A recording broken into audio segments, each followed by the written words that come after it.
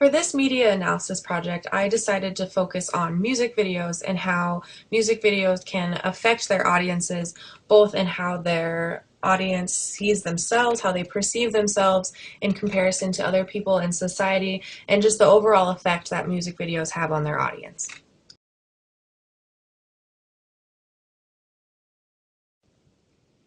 So music videos obviously portray music, which is kind of a universal language, that there's not that many people that don't enjoy some kind of music. So obviously music is very influential in our culture. And I was actually teaching my creative writing class just before this project was assigned, and I asked my students what sort of music they were into, and there was obviously tons of different kinds of music across the board. But I also asked what sort of music videos they liked to watch. And a lot of the kids were just like, music videos? Who watches music videos anymore? And I realized that even though music videos may not be as popular as they once were, they're still being made, so obviously they're still going to have some sort of influence. And there's probably a lot of commentary on how people should act or how they should look in the music videos. So I decided to look into the more nonverbal commentary and how music videos offer that. And after this research was done, I realized that both male and female stereotypes were affirmed and challenged through the use of music videos.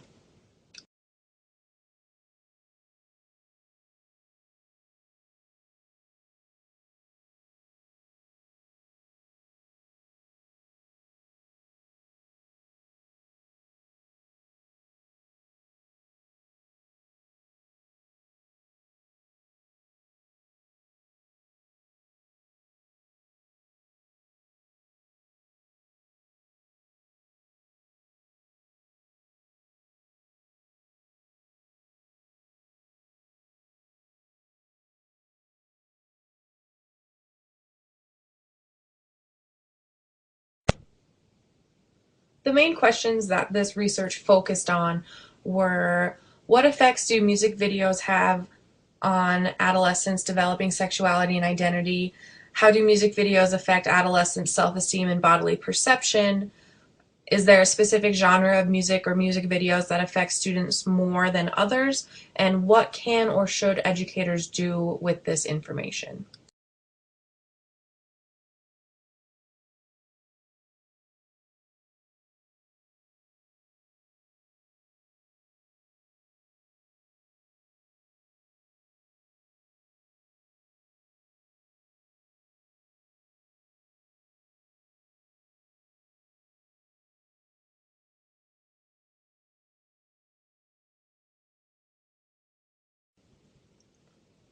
Across the board and throughout my main resources, there were some common themes that I found in their results and in their discussions. And almost all of the articles discuss some sort of social comparison theory. They identify gender and gender roles as a social construct. And something that was a little more interesting that I found and I hadn't realized before, but visualization at times was more powerful than verbal communication. So rather than the lyrics in the music videos, what was going on in the music video, who was acting, what sort of dancing was happening, was there a storyline, that was more powerful and affecting than the actual song itself. And as far as age goes, late adolescence, early adulthood was the most affected, and these were the most influenced of audience members.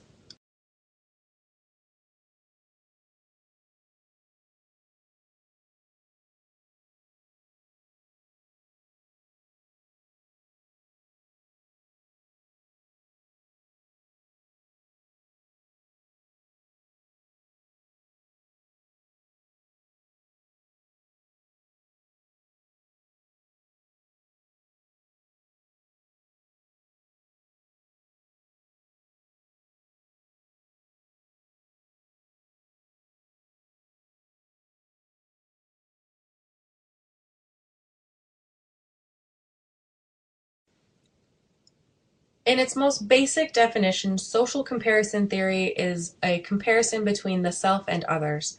There's a fundamental psychological mechanism in our brains that affects our judgments, our experiences, and our behaviors. And Festinger of 1954 came to understand social comparison as a communication, and that communication serves to reach agreement in the group, and that this pressure toward uniformity is based on two reasons: group locomotion and agreement on social reality. Now, group locomotion is dependent on uniformity because that's what people think that we need to progress. That's what we need to agree upon. So everybody knows their roles, everybody knows and understands their places, and so everybody can work together for the good of the group. Basically, that's what group locomotion is, and agreement on social reality ties in very well with that, in that everyone should agree on certain societal norms. Everybody should adhere to these rules and these rules. That way everybody can live happily ever after and there's no discrepancies, that sort of thing.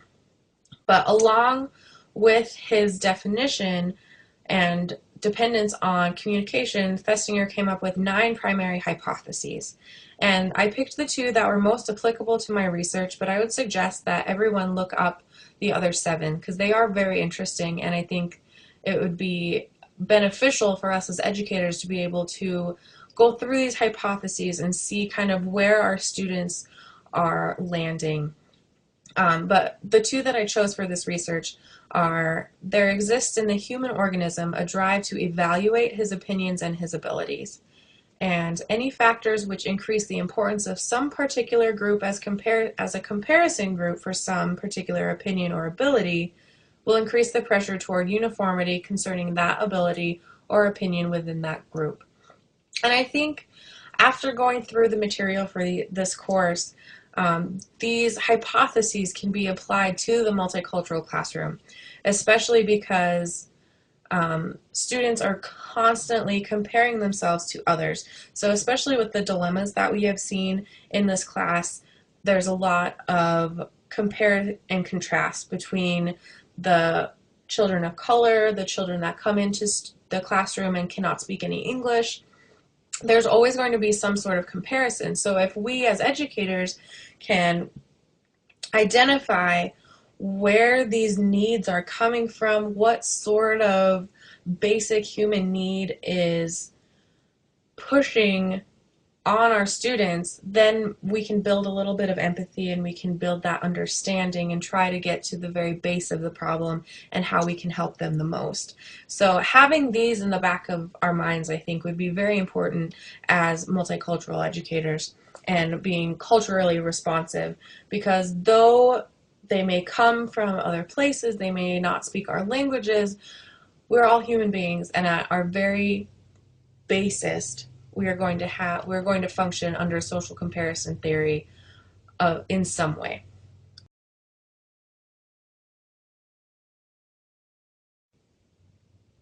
Now to get into some of the research that was done. Social comparison theory, obviously comparing the self to others, and body image, as we all know, is a very, very big issue with adolescents. And this research showed that both males and females suffer from dissatisfaction with their bodies based on watching these music videos. So in Michener's article, they had freshmen in college, just women, with they perceived their body size before and after watching music videos. They were shown images of a body, just a torso, that was distorted, and they would measure from like 1 to 5 on, does this look like my body or does this not look like my body?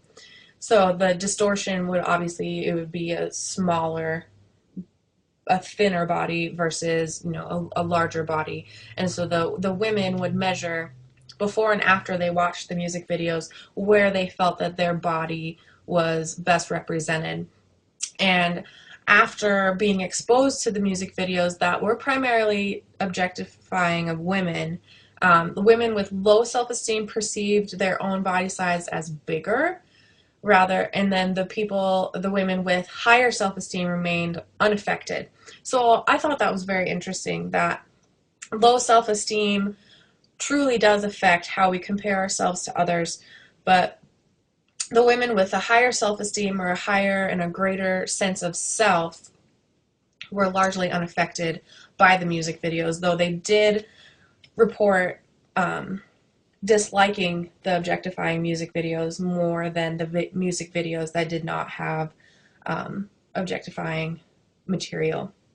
And then Mulgrew of 2014 focused on just males, and they showed music videos with muscular, the very idealized male body, and artists that were more average looking. So the men who compared themselves to muscular images had poor body satisfaction, whereas boys who focused solely on the content of the music video showed increases in body satisfaction. And I should note that this study was done on boys of ages 12, 14, and 16. So in the very early stages of adolescence versus the later stages of adolescence. But compared to other media types, idealized representations in music videos may be more detrimental than other media types because, and I'll get to this in a little bit, because they are so visual. So the boys who saw the muscular images and they saw the result of being muscular in the music videos had poor body satisfaction, which would make sense. But the boys who focused solely on the content, on the music itself, were not as affected.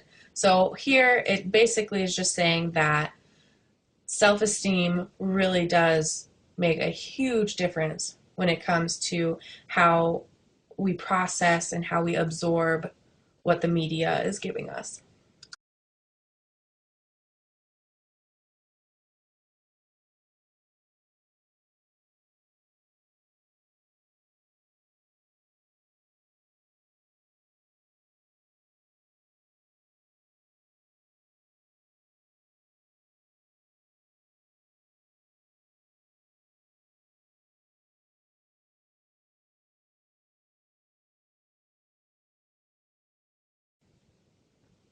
Along with comparing ourselves to the other, um, gender had a huge role in how music videos affected their audience.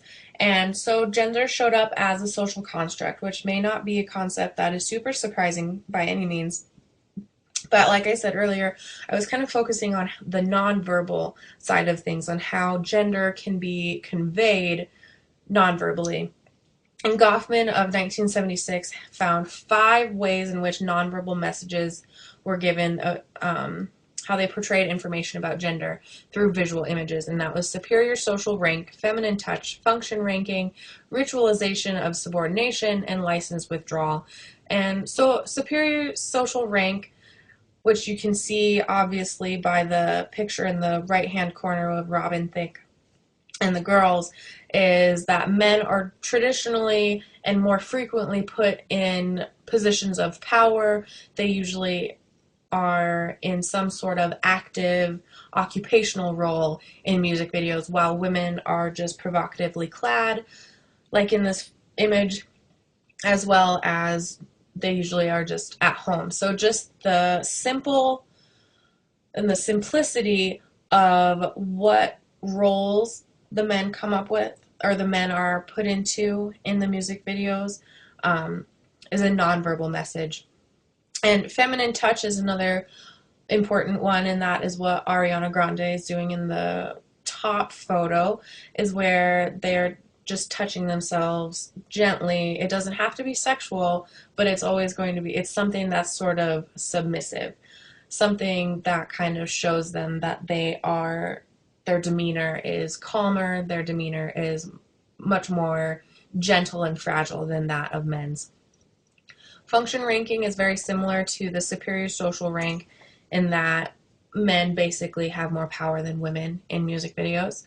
The ritualization of subordination is something that is more emotional on the side of women, and Ariana Grande is kind of also doing this, where ritualization of subordination is basically just conveys that women are more submissive, where they will put their hand over their mouth to show that they are not going to lose control of their emotions, where they will bow their head or look up but not look in somebody's eyes. It's just those subtle nonverbal communications that women are in a lesser position than men. And licensed withdrawal is, again, just showing submission, where they'll bow their heads when somebody walks by, they won't look them in the eye, or they will do a knee bend to make them look smaller than the men. And Belknap and Leonard of 1991 reanalyzed Goffman's hypotheses and the nonverbal messages, and they found that feminine touch and the subordination were found in modern media more frequently and in greater amounts than in past decades. So obviously these constructs are still around and are still enacted today.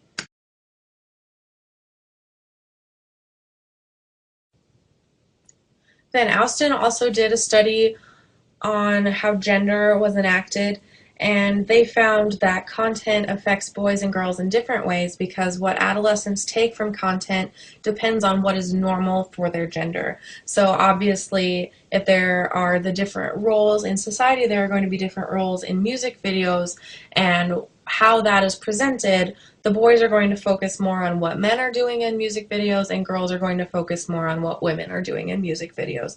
It's pretty straightforward.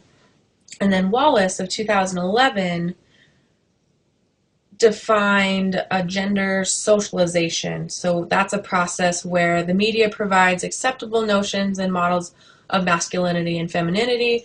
So they're basically just confirming or affirming gender roles. And gender displays are nonverbal behaviors that are the tertiary sexual characteristics that are learned and socially created, thus just confirming that gender is indeed a social construct.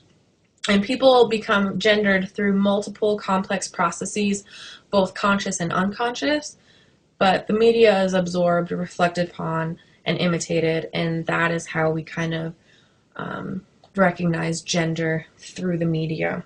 So based on this research, music videos may therefore be a more powerful conveyor of social norms around the idealized body image and body shapes for both male and female audiences.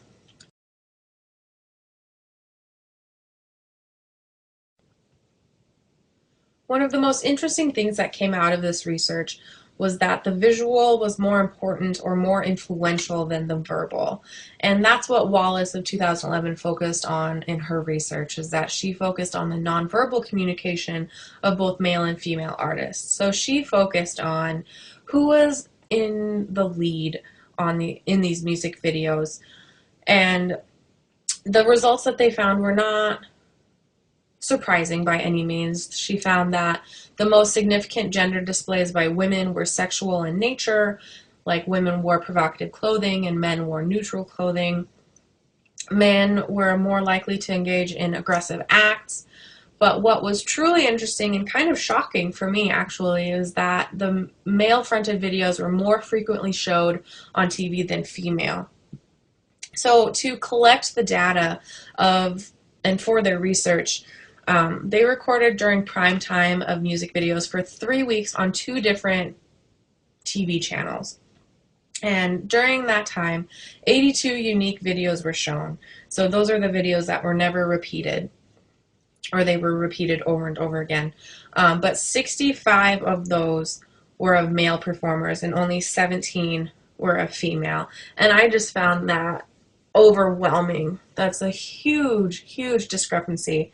So even that, on the outside of the music videos, the actual stations and the networks that were putting out these music videos were giving priority and more power to male performers than to female performers. But then Wallace also discussed that performed or visualized gender was more influential than reading or hearing, because seeing leads to comparison, which then leads to reflection or introspection, whether that's conscious or unconscious. So I think it's important to be aware of how the media can consciously or unconsciously affect us. And so that just kind of proves that gender display reveals institutionalized sexism that persists in all sort of media representations. So the fact that 65 of those music videos were of male performers and 17 were of female, obviously that's a little sexist. There's going to be more influential men than there are female, and that can be a little disheartening for our female viewers.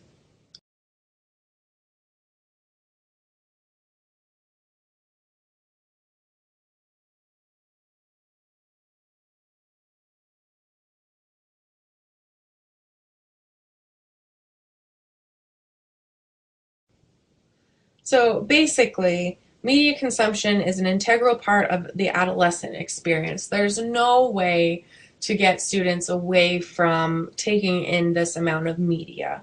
However, it takes more focus to read something to absorb its message than to watch or listen. So, therefore, music videos are more easily unconsciously understood and absorbed.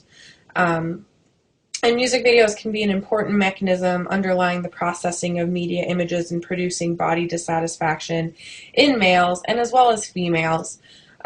Seeing others and being able to immediately compare yourself to what is being shown to you is obviously going to be more powerful than just reading a description of a body or a shape. And really, the identity and sense of self is very malleable, especially in women. But context is crucial here. So, watching a music video versus only listening to the same song elicited much stronger thoughts and assumptions about their own bodies. So, being able to see that, again, that visualizing it is going to be more influential than just listening. And then, just to round it all out, adolescent girls who frequently watched male artists objectifying music videos showed greater acceptance of female ritualization of subordination. So, there's a lot at stake when watching music videos. It doesn't have to just be about body image, though that's what a lot of the research is on.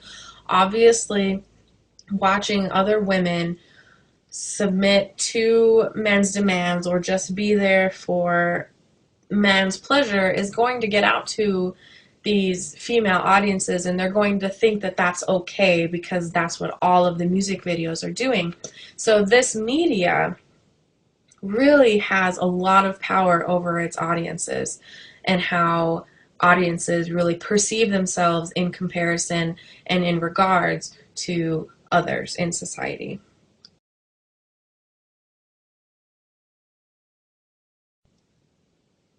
And the last theme that I came across in my research was that age matters. Van Alsten focused on just adolescence in general, but they discovered that the context of sexual content that adolescents consume affects the stereotypical sexual beliefs differently and may be subject to gender differences. So, as their sexuality matures, adolescents will key in on the different aspects of the music videos, which affect their perceptions of themselves in that context. Just like I said earlier, Mulgrew focused on three different grade levels, so age 12, 14, and 16. And though boys as young as 12 were affected, and they perceived themselves differently when exposed to the idealized masculine body, age 16 was affected the most severely. They had levels of depression and self-doubt and anxiety about it. And later in adolescence is going to be one of the most crucial times and one of the most difficult times when it comes to bodily perception. And then first year college females who around average age 18, those that had low self-esteem continued to have low self-esteem, and those who had high self-esteem stayed high and it was not affected by the media, but those with the low self-esteem, some of it was even made lower. So it just is a matter of, I think, starting young, having those conversations, building self-esteem as young as possible is a good way to combat how the media affects us as a whole.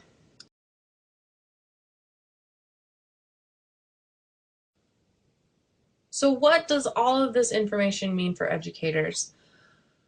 I think we all knew this, but this research kind of affirmed it again, is that students will always be comparing themselves to others. There's always going to be somebody who's better at playing basketball than they are. There's always going to be a cheerleader who is skinnier than the other. There's always going to be comparison, and I think it's important that we as educators kind of tap into our more emotional sides and build empathy with our students, that they should build empathy and be able to use empathy towards and with others. And with that empathy, they should be able to see the value in themselves, and so we should be able to help them build that self-esteem, is that students should always feel proud of themselves for something. Everybody should have something that they are happy about and that they are proud to be a part of. And we should build awareness. I think the awareness is one of the most important parts of this entire thing, is that students should just be aware of how the media is presented to them and how the media really truly does affect them. There could be so many different lessons of just being conscious of what is being said in a news article or a TED Talk or a music video or a film in general. An old Disney movie even. There's so many different things that are portrayed or conveyed through the media that students just take passively. And I think as educators, we need to kind of take that into our own hands and kind of along the lines of Facebook and be able to teach students how to pinpoint false news or pinpoint how the media is kind of focusing on them or singling them out. The awareness of the media is the only way to combat this, I think. But they need to have the self-esteem, and they need to have the senses of selves that are strong enough to be able to identify how they are being affected by the media personally. So I think, like I said, we should do these sorts of things in class. There would be a lot of different ways and a lot of different subject areas that could be used in this situation. It doesn't just have to be music videos, though I thought it was interesting that something that seemed so relatively archaic to my own students could still be so effective. But all of this really boils down to having open conversations. And I think we've all discussed that at some point or another during the course of this class, is that to be culturally responsive, we just need to be open to each other. We need to be able to have conversations. We need to be able to understand others' perspectives, and we need to be able to discuss just what we need, what our students need, and what they need from us. Just having those open conversations, I think, is the key to most of this, and especially building self-esteem, because without having an open conversation, there's no way that you can get to know your students on a level well enough to be able to support them in the way they need to be supported emotionally. So even though music videos don't seem like they're an important piece of media, they are very influential, and I think through this research I would like people to realize that nonverbal communication is almost more influential, if not more influential, than the verbal communication. And so being able to identify those sorts of factors could be really critical for use in our classrooms.